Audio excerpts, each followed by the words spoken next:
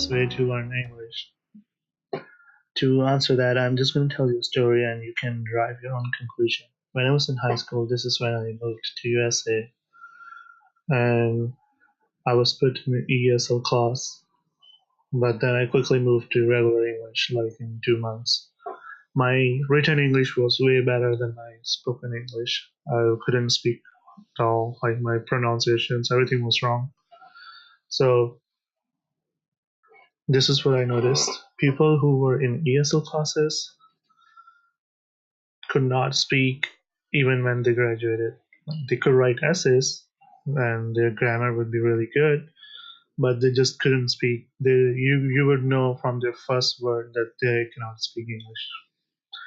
However, people who were in regular English class who just somehow skipped the ESL section were really great. And that was the first observation I made. The second observation I made, the people who had families here usually struggle to speak English fluently, but people who did not have families actually got really good. Like you couldn't tell if they were born here or not. In like 6 months, they were very fluent.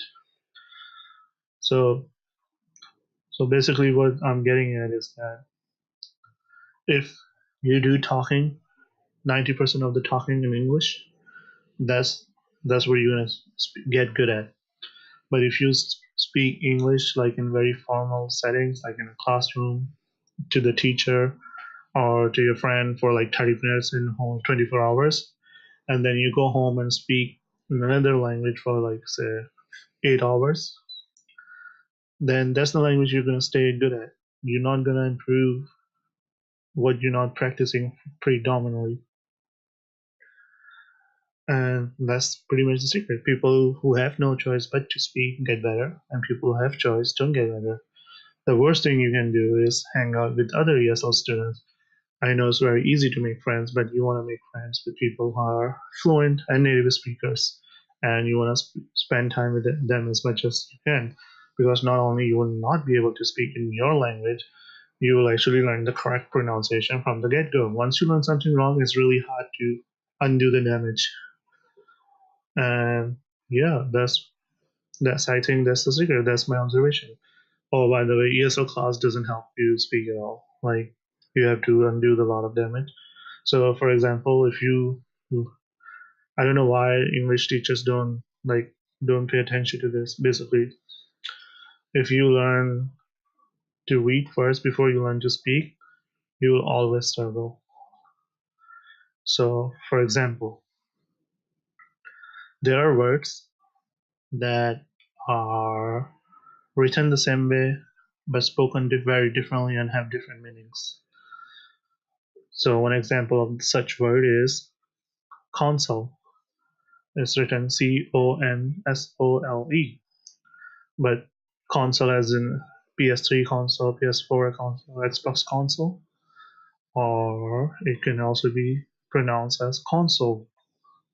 A doc when you will use it, a doctor console his patients, and that's doctor like gives emotional empathy, emotional support. And when you say the same word in different way, which is console, it means a gaming console. So it's written the same way, it's spoken differently, and it's entirely different meaning. Now imagine you were ESL student and you first time you saw the word console, you would always think that these letters mean this thing, but and when someone comes along later on tells you, oh, these letters could mean two things, completely and entirely different things, that will create sort of like a distortion in your reality. So the best way to learn is to learn through speaking, through hearing, and through practicing. Only after that, learn to write and the spelling, correct spelling, and so on. And it's more important because I think about 60% of the rules in grammar, in US English grammar, are not strict rules. They are broken and are broken every day in everyday language. So if you just follow the rules, you will always run into problems. And I'm pretty sure most of you who are also learning English or any other foreign language must have noticed that rules have exceptions, and some languages don't have as many exceptions, but English does. English has a lot of them. So if rule is broken, then it's not really a rule. It's just some generalization that sometimes is true. So even if you master that generalization and you don't know when to use that or not, when it applies or not, you're basically wasting your time in a way. Might as well learn the actual usage. I believe practicing is the only way. And by practicing, I mean you being immersively engaged, not just listening, not just reading. That's not enough. As long as you're not in the position where you have to say something, and it's not a formal position where your small answers will suffice, like you can memorize 3 4 ways of speaking and that's it. You're not gonna grow and progress as a person, and your language is gonna stay at the level.